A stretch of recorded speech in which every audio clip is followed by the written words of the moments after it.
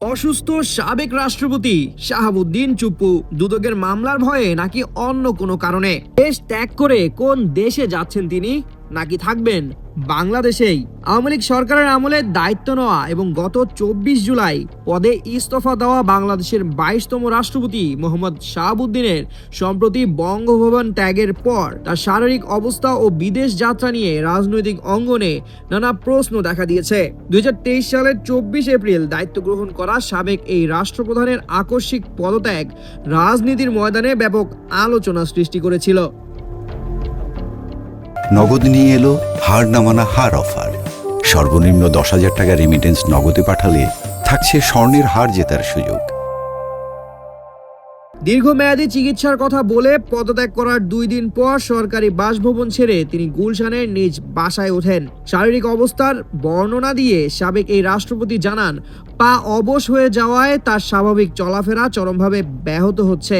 CMH ও নিজস্ব বিশেষজ্ঞ চিকিৎসকের পরামর্শে গৃহেই সেবা নিচ্ছেন তিনি। শারীরিক অবনতির মুখে বিদেশে যাওয়ার গুঞ্জন উঠলেও তিনি স্পষ্ট জানিয়েছেন আপাতত বাইরে যাওয়ার কোনো পরিকল্পনা তার নেই এবং বিষয়টি চিকিৎসকদের পরামর্শের উপরেই নির্ভর করছে।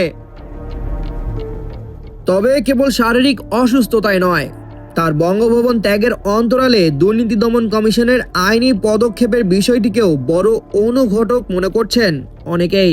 ইসলামী ব্যাংকের ভাইস চেয়ারম্যান থাকাকালে প্রভাব খাটিয়ে এস আলম গ্রুপের সহায়তায় সুপ্রুফ কম্পোজিট নিট লিমিটেড নামের এক ভুয়া প্রতিষ্ঠানের অনুকূলে 500 কোটি টাকার ঋণ অনুমোদন ও অর্থ আত্মসাতের অভিযোগে তার বিরুদ্ধে দুদকে লিখিত অভিযোগ দেওয়া হয়েছে। ব্যাংকের তদন্তে প্রমাণ মেলা ও এস আলম সহ 38 জনের নাম থাকা এই নালিশের বিষয়ে দুদক সচিব সাইদুর রহমান খান জানান, নতুন কমিশন গঠিত হলেই আইনি ব্যবস্থা নেওয়া হবে। অন্যদিকে মোহাম্মদ শাহাবুদ্দিন চুপ্পুর পদত্যাগের পর স্পিকার হাফিজউদ্দিন আহমেদ ভারপ্রাপ্ত রাষ্ট্রপতির দায়িত্ব পালন করছেন এবং নির্বাচন কমিশন 20 আগস্ট নতুন রাষ্ট্রপতি নির্বাচনের দিন ধার্য করেছে। রাষ্ট্রপ্রধান পরিবর্তনের এই নতুন অধ্যায়ে একদিকে 500 কোটি টাকার দুর্নীতি মামলার ভয় আর অন্যদিকে দৈহিক অক্ষমতা, সব মিলিয়ে সাবেক এই রাষ্ট্রপতিকে ঘিরে তৈরি হয়েছে চরম ধোঁয়াশা।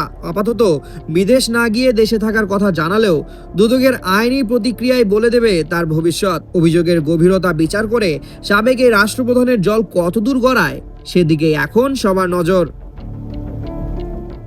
সামিউল জয়, একুশে টেলিভিশন।